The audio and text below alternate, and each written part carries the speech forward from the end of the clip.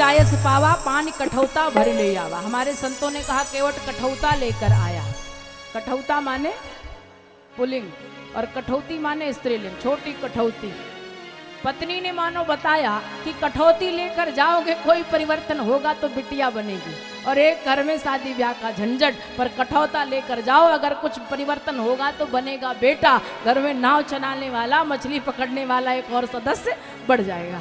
तो ये चतुराई पानी कठौता भर ले आवा, अति आनंद उमगी अनुरागा, और चरण सरोज पखारन लागा।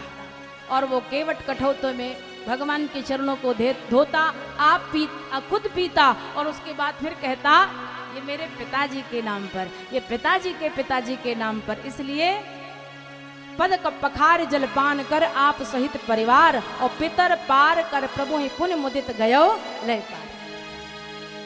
तो मानो कई पीढ़ियों को उसने तार लिया।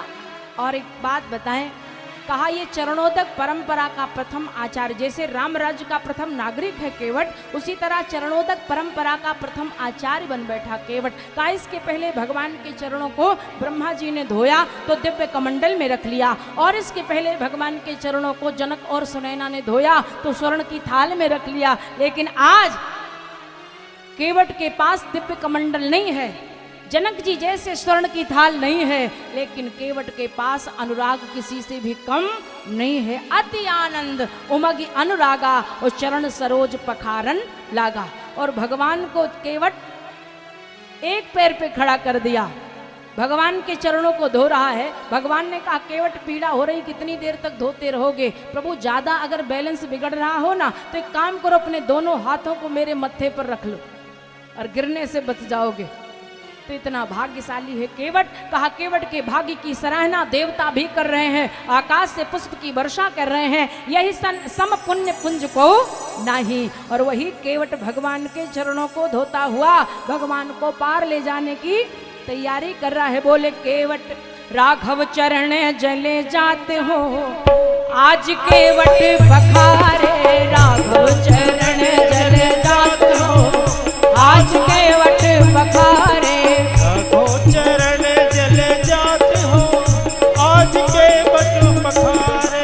केवट पखारे आज केवट पखारे, केवट पखारे आज केवट पखारे। राघव चरण जले जाते हो, आज केवट पखारे, राघव चरण जले जाते हो, आज केवट पखारे। छोटो सो कठौता में आनी गंगा जल, छोटो सो कठौता में आनी गंगा जल, आनी गंगा जल, हाँ आनी गंगा जल, आनी गंगा जल, आनी गंगा जल। पर सत हृदय जुड़ाते हो, आज केवट पखारे, पर सत हृदय जुड़ाते हो, आज केवट पखारे।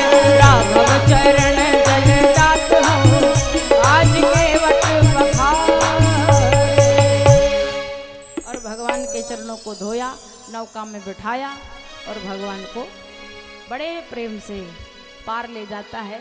और जब नाव बिल्कुल किनारे लगने को होती है तो केवट अपने उस बेड़ा को ले जाकर नदी की तलहटी में गाड़ देता है और यूं धक्का मारता है, फिर नाव घूमकर बीच में आ जाती है मझधार में। भगवान ने कहा केवट पार होते होते बीच में ले आते हो, ऐसा क्यों करते हो? तो केवट ने कहा प्रभु आप हम जीवों के साथ भी तो ऐसे ही करते हो, 84 के चक्कर में हमें भी तो आप इसी तरह घुमाते रहते हो। आज हमारी बारी है, मैं पार तब करूंगा जब आप हमसे वादा करो कि हमें भी आप भवसागर से मुक्त कर दोगे। और जब तक केवट ने चरणोदक पी लिया है तो वैसे ही केवट मुक्त हो जाएगा।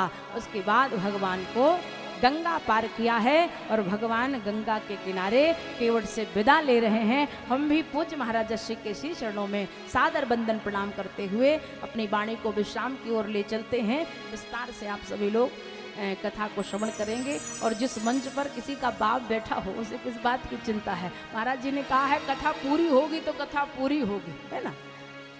और ये उनकी विलक्षणता है कि समस्त प्रसंगों का संक्षिप्त अवलोकन कराते हुए आपको सुंदर सुंदर भावों से ओतप्रोत करते हुए कथा को विस्तार की ओर लेकर चलेंगे। पूज्य महाराज श्री के चरणों में सादर वंदन प्रणाम करते हुए वाणी को विश्राम। बोले विद्यानाथ भगवान की हनुमंत लाल जी महाराज